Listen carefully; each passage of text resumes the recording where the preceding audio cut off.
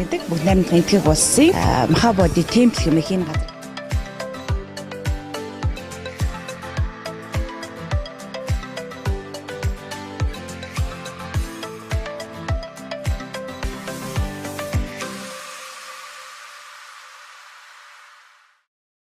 Монголчууд эдний Эртний анд Энэтхэг орноор хамтдаа аялцгаая. Монгол Энэтхэг 2 улс 1955 оны 12 дугаар сарын 24-нд дипломат харилцаа тогтоосон түүхтэй. Монгол улс 1956 онд Шиндээлид харин бүгд найрамдах Энэтхэг улс 1971 онд Улаанбаатар хотноо элчин сайдын яамаа тус нээж байсан түүхтэй. Ийхүү хоёр улсын харилцаа өдий хүртэл олон төвшөнд өргөжин хөгжиж ирлээ. Өнгөрсөн жил манай улсад бүгд найрамдах Энэтхэг улсын гадаад хэргийн сайд Сушма Саварааж айлчилж энэ үеэр гадаад харилцааны сайд Цогтбаатар Энэтхэгт Монгол сэтгүүлчдийг туршлага судлуулах, тус улстай танилцуулах хөтөлбөрийн талаар санал тавьж байсан. Энэхүү санал ажил хэрэг болж Монголын хэвлэл мэдээллийн байгууллагын төлөөлөл тус улсад ажиллаад ирсэн юм. Уул уурхай яам, гадаад хэргийн яам, үндэсний хөрөнгийн бирж, IT компани, фильм CD зэрэг газруудад очиж танилцсан, мэдээлэл бэлтгэж туршлага судалсан юм.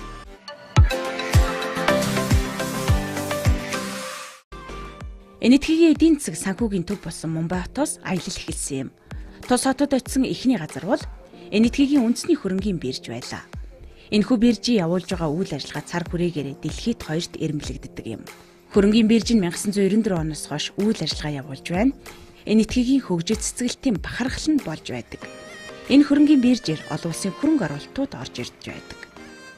Тэгэхээр Энэтхэгт бол бас хувийн аж ахуйн нэгжид бол ашигын төдөө өвн нийгмийн сайн сайхан үйлсэд зориулагдана гэж тусгайлан хуульчилж өгсөн байдаг болохоор энэ нь бол бас хуулийн дагуу хэрэгжиж явдаг байна. Тэгэхээр үндэсний хөрөнгийн биржийн тухайд бол бас өөрсдөө энэ хуулийн дагуу бол сайн үйлсийн ажлыг бол бүх мужуудад тэр дундаа амьдрал иргэдэд хүрч ажилладаг гэдгийг тодорхойлж байгаа. Энэтхэгийн үндэсний хөрөнгийн биржийн хамгийн том хөрөнгө оруулагч нь 2% эзэмшдэг. Биржтэй хамгийн сүүлийн үеийн технологиг ашигладаг юм. Нийтдээ 23 сая хөрөнгө оруулагчтай гинэ. Үүнээс 15% нь гадаадын хөрөнгө оруулагч юм байна. Бүх зүйл нь нээлттэй ил тод зарчмаар явагддаг. Төр ямар ч хувь эзэмшдэггүй хувийн буюу хөрөнгө оруулагч институт. Улсаас нь нийгмийн хариуцлагыг тодтогч өгсөн учраас жилийн жилд сайн сайхан үйлсэд хөрөнгө оруулах нь улам нэмэгдэж байна.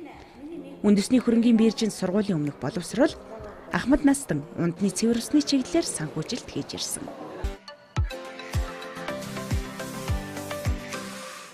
Энэтхэг улс мэдээлэл технологийн чиглэлээр дэлхийд дээгүүрт явдаг. Монголын хэвлэл мэдээллийн байгууллагын төлөөллийн зочилсон дараагийн газар бол Энэтхэгийн Маха IT компани байгаа. Засгийн газрын харьяа төрийн өмчит компани гэсэн статустай явдаг. Техникийн шинжил хийх, хотуудыг ухаалаг хөгжлийн шийдлэр хөгжүүлэхэд анхаарлаа хандуулж ирсэн юм. Одоо бол Энэтхэгийн Махарааж тосгонд төрөл бүрийн төслүүдийг хэрэгжүүлж байна. Ядуу буурай мужуудад хүрч ажиллаж байгаа талаар танилцуулсан. Нэгдсэн сүлжээ камержуулалт гээд цахим засаглалыг хэрэгжүүлэх ажлыг хийж байна.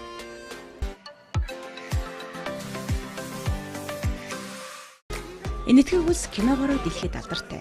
Киноны зураг авалт хийх тусгай хотхон бий болгоод 42 жил болж байна. 1977 оны 9-р сард Энэтхэгийн Мумбай дахь фильм Сити буюу төрийн өмчид энэхүү хотхон бий болсон байдаг.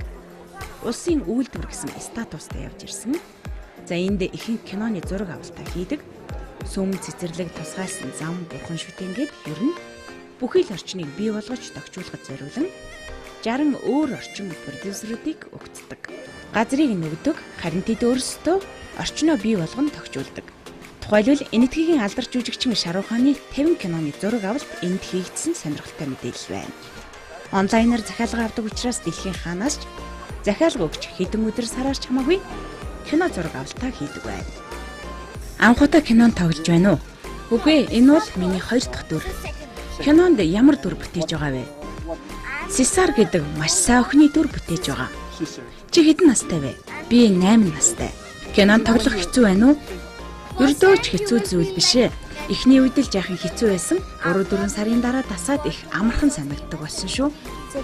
Чиний мөрөөдөл юу вэ? Том болоод жүжигчин болох уу? Жүжигчин бас дуучин болно. Нэг дуу дуулж өгөөч. За би сонгодог дуу дуулж өгье.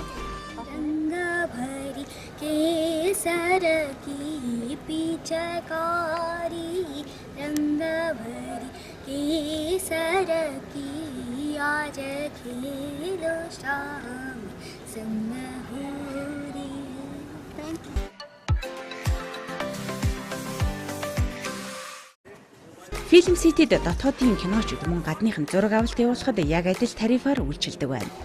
Энэтхэгийн киноны зах зээл том учраас энд байнгын зураг авалттай хамгийн хөл хөдөлгөөнтэй орчин бол фильм сити хэмээн тодорхойлж байлаа.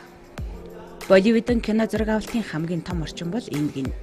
Киноны нэлээд хэсэг нь Шри-Ланк руу гардаг. Канны кино наадам бусад наадмуудад нэр дэвшдэг байна. Оскарын шагналт киноны зураг авалтын зарим хэсэг нь фильм ситэд давагдж байсан тухай ярьж байлаа. Онлайнаар захиалга өгч Монголоос киноны уран бүтээлчид фильм ситэд зураг авалт хийх боломжтой. Хамтран ажиллахад бид татгалзах зөвлөгөөг онцлог хийж байлаа.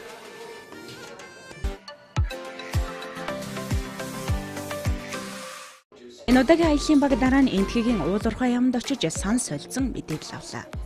Энэтхэг бол уулуурхайн баялаг ихтэй орон. 90 төрлийн газрын баялагийг боловсруулдаг байна. Мөн гадны орнуудаас газрын баялаг авч эх орондоо боловсруулдаг тогтолцооч давхар явж ирсэн. Нөөц нь бага баялагаа гаднаас авдаг. Энэтхэгийн эдийн засгийн гол тулгуур нь байгалийн баялаг гэж тодорхойлдог. Эдийн засаг нь үүнээс хамаарч байдаг. Энэтхэг бас 29 мужтай тухайн бүс нутаг орон нутагт нь лиценз олгох эрх нь бий. Засгийн газар нь яг энэ чиглэлээр 2 агентлагтай. Геологийн судалгаа хийдэг, нөгөөх нь эрдэс баялагийг нээж илрүүлдэг. Энэ бүхний нөгөө талд Энэтхэгийн ой байгаль орчин уур амьсгалын өөрчлөлтийн яам нь хяналтаа тавьж ажиллаж байдаг. Уулуурхайн салбарт үйл ажиллагаа явуулахад төр хувийн хөвшил нь ижил хэмжээтэй хувийг эзэмшдэг. Энэтхэг улс эрдэс баялагын сантай. Энэхүү санд нь 12% нь төвлөрч байдаг. Тогтвортой уулуурхайн чиглэлийг барьж ажилладаг. Манай улсаас литиум буюу хамгийн хөнгөн металл авах сонирхолтой байдаг. Хамтарсан компани байгуулах боломжийн талаарч хурдж байлаа. Тодорхойлж хэлэхэд литиум маань цахилгаан машин зэргийн батарейг хийхэд гол бүтээгдэхүүн нь болж өгдөг байна. Энэтхэгт уулуурхай орлого нь төсвийн 2.5%-ийг бүрдүүлж байдаг байна. Энэтхэгийн мэдээлэл харилцааны институтын захирал ноён КЖ Сурэш бидний хүлээн авч уулзлаа. Дэлхийн хамгийн том ардчилсан улс гэдгээрээ Энэтхэг улс алдартай. Чөлөөт сэтгүүл зүйх хөгжсөн орн. 70 мянган сонин 900 телевиз үйл ажиллагаа явуулж байдаг. Мэдээлэл нэвтрүүлгийн яам тусгаалan үйл ажиллагаа явуулдаг бөгөөд хэвлэл мэдээлэл нь энд харьяалагдж байдаг. Телевиз, радио гэсэн хоёр сувгтай цахимжих ажил яг одоо өрнөж байна. Хэвлэл сонины тоо дэлхийд дахинд багасч байгаа бол Энэтхэгт тарин өсөж байгаа нь сонирхолтой санагдлаа. Энэхүү мэдээлэл харилцааны институт нь голлох болсон хүчнийг бэлтгэж ирсэн. Мөн гадны 128 орноос төлөөлөлт суралцсан байна. Монголоос ч хүмүүсээр ч суралцж байжээ. Хамгийн сонирхол татсан тоо бол хэвлэл мэдээлэл киноны салбарт нийтдээ 4.5 сая хүн ажилладаг байна. Манай сургууль бол Энэтхэгтэй болоод Азад хамгийн эртний бөгөөд мэдээлэл харилцааны тэргүүлэгч сургууль юм. Сургуулийн номын сан маань Энэтхэгтэй хамгийн түрүүнд тооцогдох бөгөөд энд хэвлэл мэдээллийн чиглэлийн төрөлцсөн ном, сурах бичиг гарын үйлдэлтээрээ бий болгодог. Радио телевизийн мэргэжлийн студид суралцахсад дадлаг хийгээ. Энд та бидний байгаа хэсэг бол манай сургуулийн төв офис бөгөөд Энэтхэг даяар өөр 6 салбар сургууль бий. 1965 онд байгуулагдаж 1969 оны дэлхийн олон орны хэвлэл мэдээллийн ажилтнуудыг сургаж ирсэн.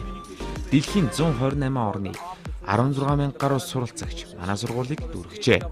Үүн дотор Монгол улсаас ирж суралцж байгаа. Дэлхийн олон улсын хэвлэл мэдээллийн салбартай хамтын ажиллагаатай Монгол улстай ч хамтран ажиллах хүсэлтэй байна. Монголын хэвлэл мэдээллийн салбарынхан Улаанбаатар хот дахь Энэтхэг улсын элчин сайдын яамд хандаж манай сургуульд ирж суралцаарай. Сургалт жилд 2 удаа 4 сарын хугацаатай явагддаг. Эхнийх нь 1-ээс 4 сарын хооронд, 2 дахь сургалт 8-аас 11 сарын хооронд явагдана. Сургалтын бүх зардлыг Энэтхэг улсын засгийн газраас бүрэн дадаг бөгөөд зөвхөн суралцаа зогсохгүй Энэтхэг орны гайхамшигт газруудаар аялуулдаг. RIS буюу хөгжиж буй орнуудад зориулсан судалгаа болон мэдээллийн төвд олон сонирхолтой яриа өрнөж мэдээлэл солилцлоо. 2015 онд Энэтхэгийн ерөнхий сайд Нарендра Моди Монгол улсад альж ирсний дараа хоёр орны харилцаа шин шатанд гарч хөгжихөд чухал түлхэц болсныг онцолж байна. За Энэтхэг улстай хөрөнгө оруулалт худалдааны салбараас гадна зам тээврийн чиглэлээр хамтран ажиллах боломжтойг тодорхойллоо. Монгол улс далайд гарцгүй учраас энэтхэгийн зам тээврийн салбарыг зөв ашиглаж чадвал чухал нөлөөтэйг дурдж байсан юм. Уулуурхай, эрчим хүч, хөдөө аж ахуй, газар тариалан, зам тээвэр, соёл урлаг, аялал жуулчлал, эрүүл мэнд гэх мэт бүхий л салбарт хамтран ажиллах боломжтой. Зарим төслүүд ч амжилттай эхэллээ. Гэхдээ энэ бол зөвхөн эхлэл. Ирээдүйн хамтын ажиллагааны орон зай байгааг та бүхэн харсан баха. Эрчим хүчний чиглэл хамтын ажиллагааны том орон зай ирээдүй байна. Монгол улс нарны эрчим хүчний холбоонд элсэн орж, бусад орнуудын адил хамтран ажиллах боломж байгаа. Энэтхэг улсын эдийн засаг маш хурдтай өсөж байгаа. 7%-аас 10% өсөлттэй байгаамаа. Магадгүй энэ өсөлт хятад улсаас ч хурдтай байж болох юм. Энэ мэдээж маш олон зүйлийн эерэг өөрчлөлттэй холбоотой. Тухайлбал татварын орчин, хууль эрх зүйн орчин, дэлхийн давтсан эдийн засгийн голлон тоглогч болж байгаа гэх мэт олон хүчин зүйлээс шалтгаалж эдийн засаг өсөж байна. Мөн энэтхэг улсын ерөнхий сайд Моди эх орондоо төдийгүй дэлхийн давтсанд нөлөө бүхий улс төрч болсон ч нөлөөлж байна гэж өгнөж болно. Монгол энэтхэгийн худалдааны эргэлт сүүлийн 3 жил 3 дахин нэмэгдэжээ. Энэтхэг Монгол 2 оны худалдааны эргэлт 2018 оны байдлаар 52.6 сая ам.доллар үнээс экспорт 990 мянган ам.доллар нь импорт 50.7 сая ам.доллар байна. Манай улсад 1 тэрбум ам.долларын хөнгөлөлтийг зээлэх болгож газрын төсний үйлдвэрийн ажлыг эхлүүлээд байгаа. Энэ ажил амжилттай эхэлсэн цаашлаад цахилгаан станц барих бусад олон ажлууд өрнөд явна. Мэдээллийн технологийн аутсорсинг сургалтын төв гэж байгуулахаар ингээд ажиллаж байна. Компаниуд нь бол тодорсон, ажил нь бол эхэлсэн. Дараагийн дугаарт нь бол кибер аюулгүй байдлын асуудал гэж байх юм да. Энэ нь бол санхүү, зээлийн карт, кибер цахим тоног хэрэгсэл ашигласан хулгай лойвроос ахуулаад олон талын ийм ажлыг хамарсан байн хийгдэж байгаа юм. Нэг хийгээд нэг програм зохиогоод зогсчихгүй байн хийгдэж байгаа. Тэгэхээр энэ чиглэлээр хамтад ажиллах боломжтой ингэж бодож байгаа. Дараагийнх нь дугаарт бол сансар, хиймэл дагуул энэ зүйлийг бас ихэнхэн боломжтой салбар гэж хэлж байгаа. Манай мэргэжлүүд, манай скетнүүд энэ чиглэлээр энэтхэг хэрэг суралцдаг, хэдэг боловсролоо дээшлүүлдэг. Энэ чиглэлд бол өргөн боломж байна гэж харж байгаа.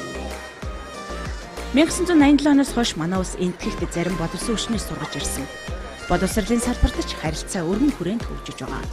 Гар аргаар хэвс нэгдэг учраас манайхаас хоньны нас авах энэтхэгт урдаггүй, харин жилийн дөрөв улиралтай манай улсад ургадаг фасс буюу буурцгийг тариалж авах хамтран ажиллах талаар хүсэлтэд илэрхийлдэг байна.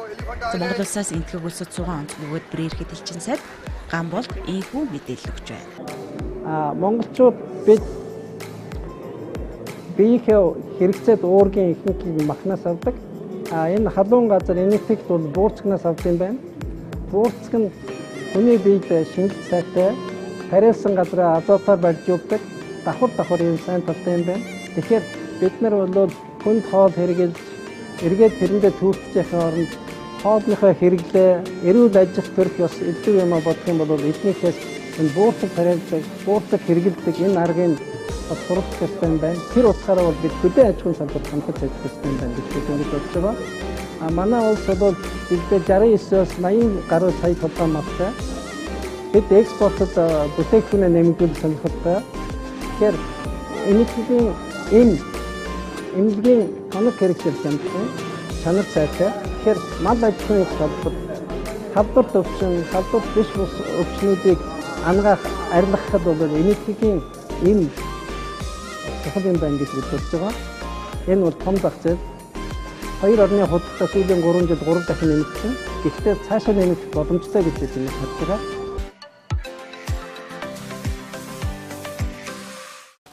За энэтхэгт аялсан, ажилласан сүүлийн өдөр Бихар мужийн Патна хот дахь Бодгая хэмээх газарт үргэлжиллээ.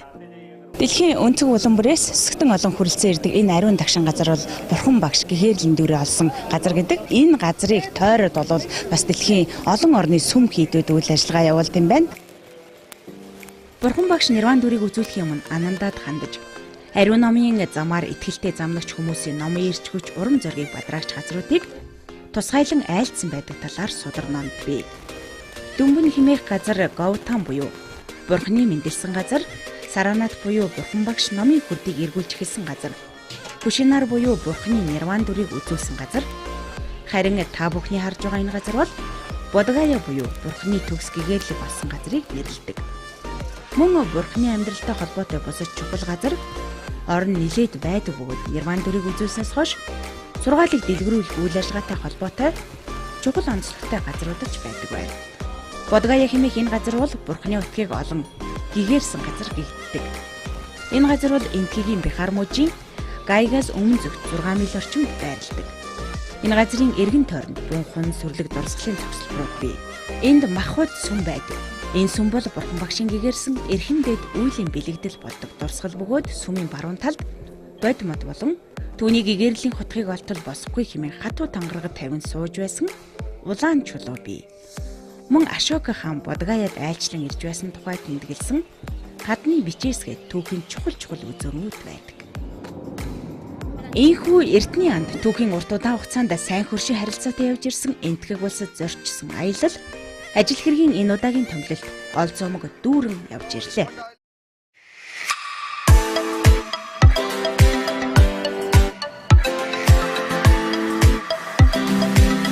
Бүгд Энэтхэг улсын Махабодhi темпл хэмээх энэ газар